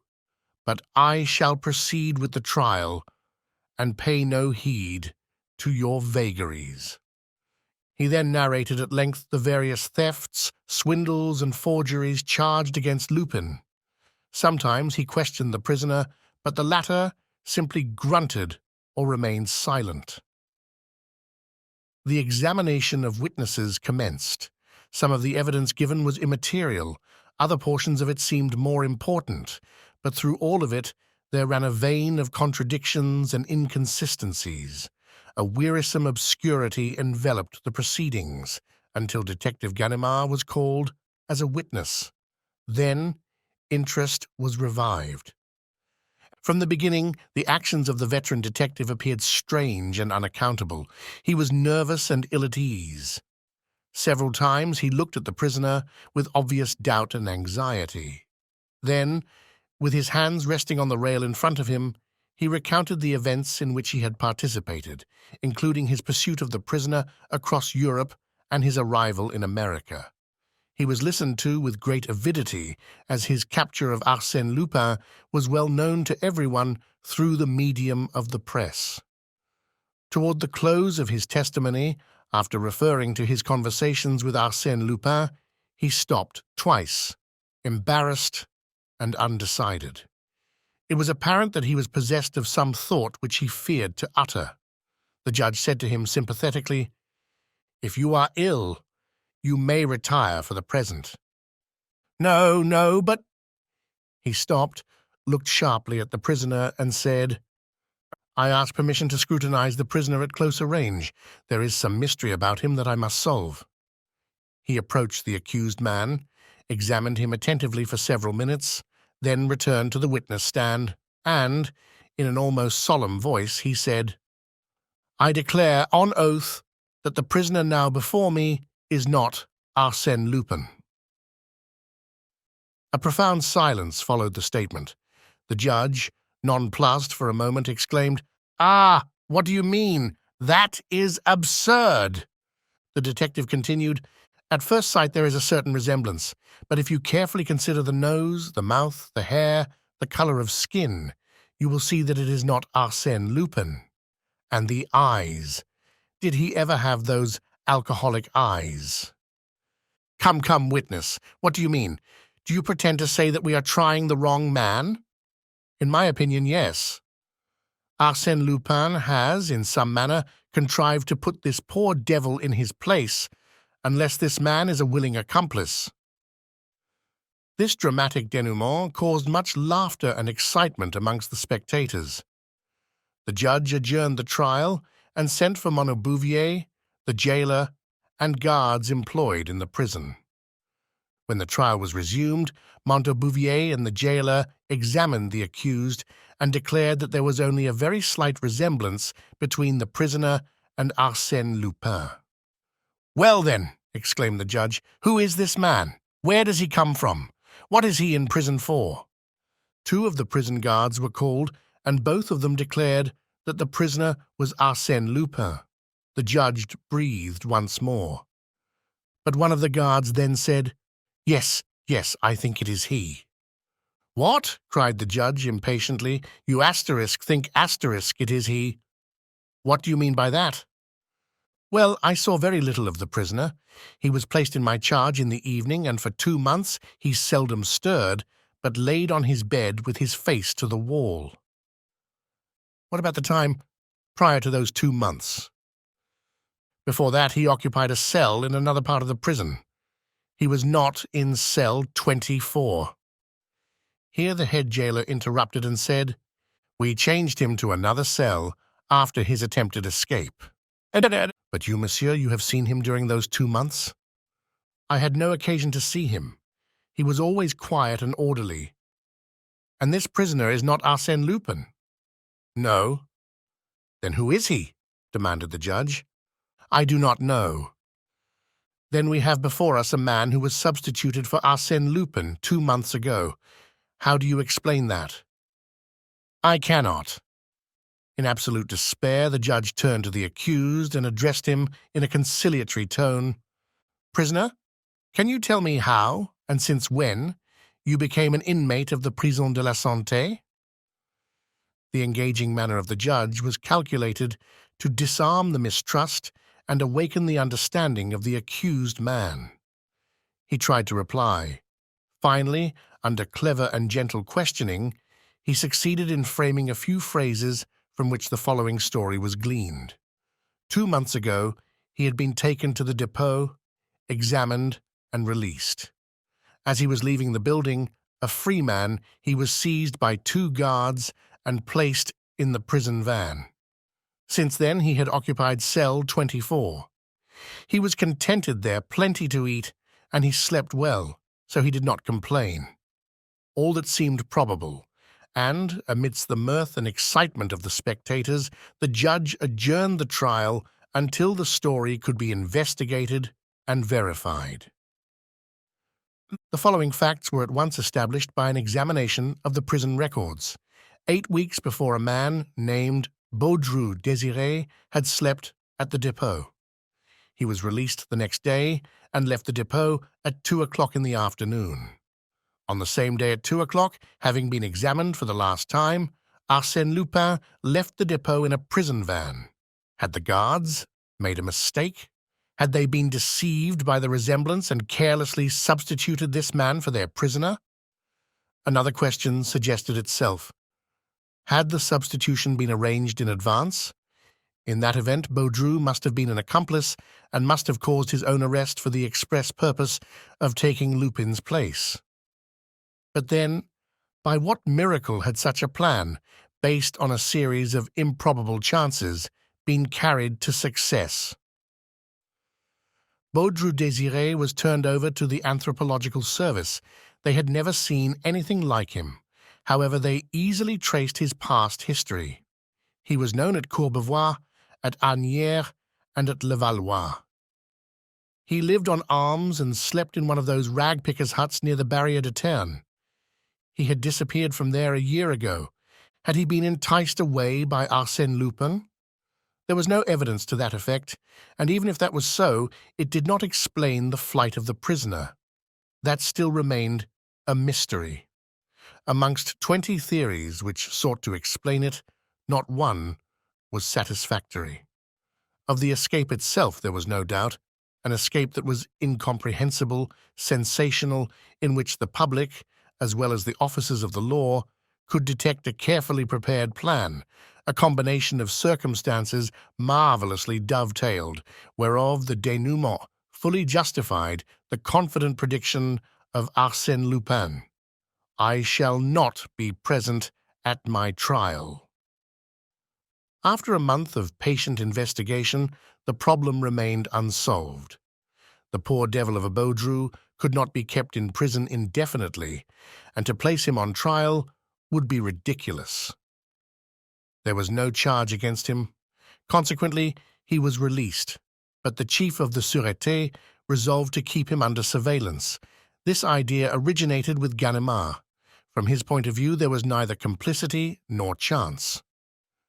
Baudru was an instrument upon which Arsène Lupin had played with his extraordinary skill. Baudru, when set at liberty, would lead them to Arsène Lupin, or at least to some of his accomplices. The 2 inspectors, Folenfant and Dieuzy, were assigned to assist Ganimard.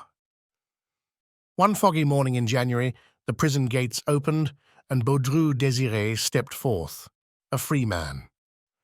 At first he appeared to be quite embarrassed, and walked like a person who has no precise idea whither he is going. He followed the Rue de la Santé and the Rue Saint-Jacques. He stopped in front of an old clothes shop, removed his jacket and his vest, sold his vest, on which he realized a few sous. Then, replacing his jacket, he proceeded on his way. He crossed the Seine. At the Châtelet, an omnibus passed him. He wished to enter it, but there was no place. The controller advised him to secure a number, so he entered the waiting room. Ganimard called to his two assistants, and without removing his eyes from the waiting room, he said to them, "Stop a carriage. No, two. That will be better. I will go with one of you, and we will follow him." The men obeyed, yet Baudru did not appear. Ganimard entered the waiting room. It was empty. "Idiot that I am," he muttered. "I forgot there was another exit." There was an interior corridor extending from the waiting room to the Rue Saint-Martin. Ganimard rushed through it and arrived just in time to observe Baudru upon the top of the Batignolles Jardin de Platte omnibus as it was turning the corner of the Rue de Rivoli. He ran and caught the omnibus, but he had lost his two assistants. He must continue the pursuit alone. In his anger, he was inclined to seize the man by the collar without ceremony. Was it not with premeditation and by means of an ingenious ruse that his pretended imbecile had separated him from his assistants? He looked at Baudru. The latter was asleep on the bench, his head rolling from side to side, his mouth half opened, and an incredible expression of stupidity on his blotched face. No, such an adversary was incapable of deceiving old Ganimard. It was a stroke of luck, nothing more. At the Galeries Lafayette, the man leaped from the omnibus and took the La Muette tramway, following the Boulevard Haussmann and the Avenue Victor Hugo. Baudru alighted at La Muette station, and with a nonchalant air strolled into the Bois de Boulogne. He wandered through one path after another and sometimes retraced his steps. What was he seeking? Had he any definite object? At the end of an hour he appeared to be faint from fatigue, and noticing a bench, he sat down. The spot, not far from Auteuil, on the edge of a pond, hidden amongst the trees, was absolutely deserted. After the lapse of another half-hour, Ganimard became impatient and resolved to speak to the man. He approached and took a seat beside Baudru, lighted a cigarette, traced some figures in the sand with the end of his cane, and said, "It's a pleasant day." No response. But suddenly the man burst into laughter, a happy, mirthful laugh, spontaneous and irresistible. Ganimard felt his hair stand on end in horror and surprise. It was that laugh, that infernal laugh he knew so well.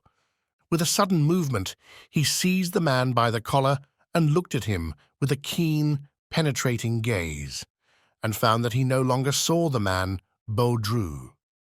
To be sure, he saw Baudru, but at the same time he saw the other, the real man, Lupin.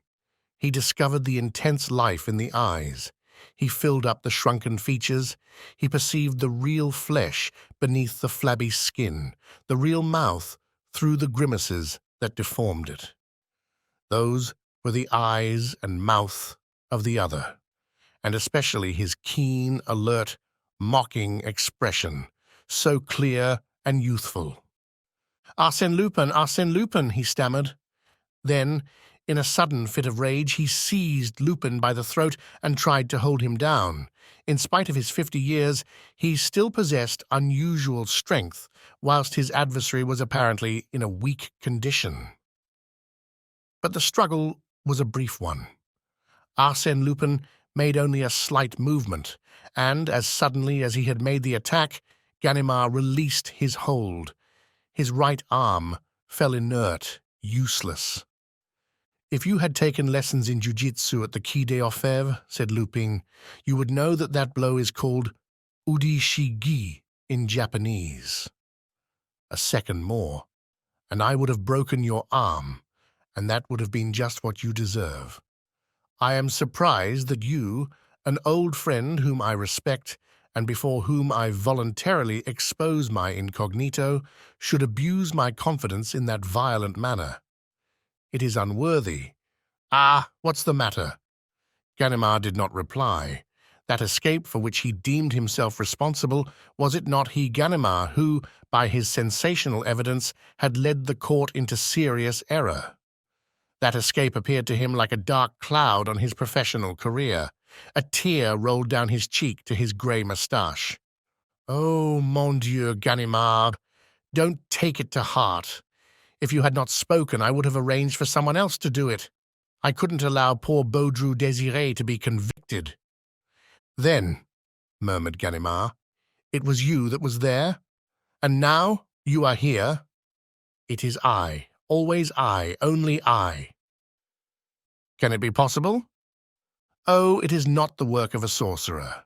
Simply, as the judge remarked at the trial, the apprenticeship of a dozen years that equips a man to cope successfully with all the obstacles in life. But your face? Your eyes?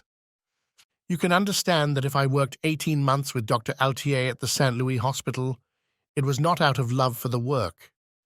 I considered that he, who would one day have the honor of calling himself Arsène Lupin, ought to be exempt from the ordinary laws governing appearance and identity. Appearance? That can be modified at will. For instance, a hypodermic injection of paraffine will puff up the skin at the desired spot. Pyrogallic acid will change your skin to that of an Indian. The juice of the greater celandine will adorn you with the most beautiful eruptions and tumors. Another chemical affects the growth of your beard and hair. Another changes the tone of your voice. Add to that 2 months of dieting in cell 24, exercises repeated 1,000 times to enable me to hold my features in a certain grimace, to carry my head at a certain inclination, and adapt my back and shoulders to a stooping posture. Then 5 drops of atropine in the eyes to make them haggard and wild, and the trick is done. I do not understand how you deceived the guards. The change was progressive. The evolution was so gradual that they failed to notice it. But Baudru Désiré? Baudru exists. He is a poor harmless fellow whom I met last year, and really he bears a certain resemblance to me. Considering my arrest as a possible event, I took charge of Baudru and studied the points wherein we differed in appearance with a view to correct them in my own person. My friends caused him to remain at the depot overnight and to leave there next day about the same hour as I did, a coincidence easily arranged. Of course, it was necessary to have a record of his detention at the depot in order to establish the fact that such a person was a reality, otherwise the police would have sought elsewhere to find out my identity. But in offering to them this excellent Baudru, it was inevitable, you understand, inevitable that they would seize upon him, and despite the insurmountable difficulties of a substitution, they would prefer to believe in a substitution than confess their ignorance. Yes, yes, of course, said Ganimard. And then, exclaimed Arsène Lupin, I held in my hands a trump card, an anxious public watching and waiting for my escape. And that is the fatal error into which you fell, you and the others, in the course of that fascinating game, pending between me and the officers of the law, wherein the stake was my liberty. And you supposed that I was playing to the gallery, that I was intoxicated with my success. I, Arsène Lupin, guilty of such weakness, oh no. And no longer ago than the Cahorn affair, you said, when Arsène Lupin cries from the housetops that he will escape, he has some object in view.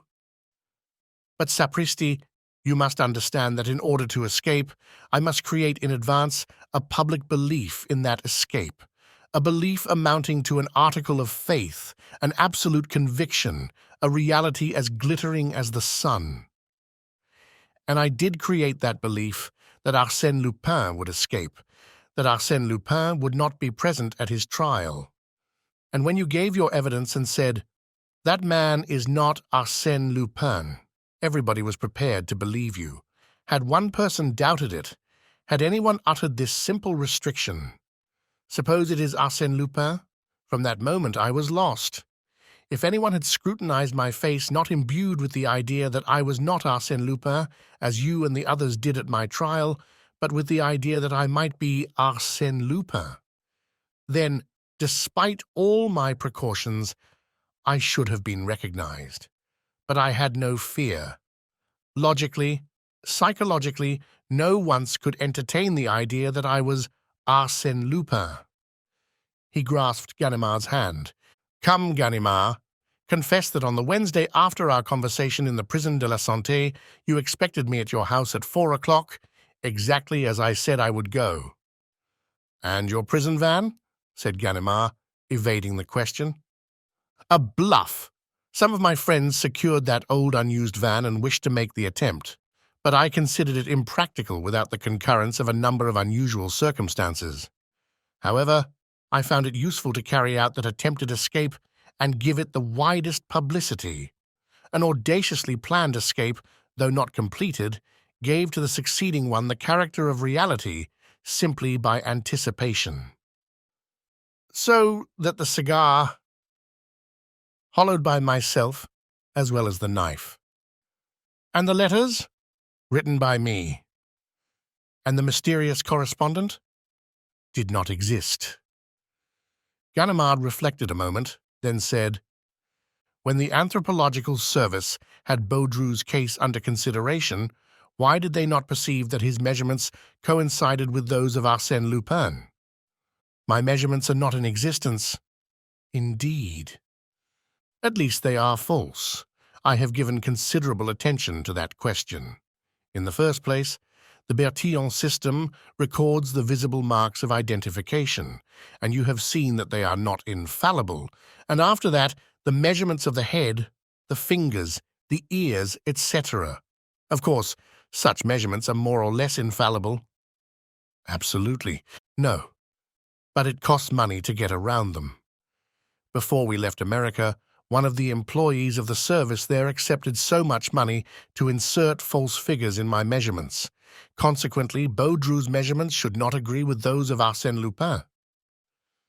After a short silence, Ganimard asked, "What are you going to do now?" "Now," replied Lupin, "I am going to take a rest, enjoy the best of food and drink, and gradually recover my former healthy condition. It is all very well to become Baudru or some other person on occasion, and to change your personality as you do your shirt, but you soon grow weary of the change. I feel exactly as I imagine the man who lost his shadow must have felt, and I shall be glad to be Arsène Lupin once more." He walked to and fro for a few minutes, then stopping in front of Ganimard, he said, "You have nothing more to say, I suppose?" "Yes, I should like to know if you intend to reveal the true state of facts connected with your escape. The mistake that I made—" "Oh, no one will ever know that it was Arsène Lupin who was discharged. It is to my own interest to surround myself with mystery, and therefore I shall permit my escape to retain its almost miraculous character. So have no fear on that score, my dear friend. I shall say nothing. And now, goodbye. I am going out to dinner this evening, and have only sufficient time to dress." "I thought you wanted a rest." "Ah! There are duties to society that one cannot avoid. Tomorrow, I shall rest." "Where do you dine tonight?" "With the British ambassador.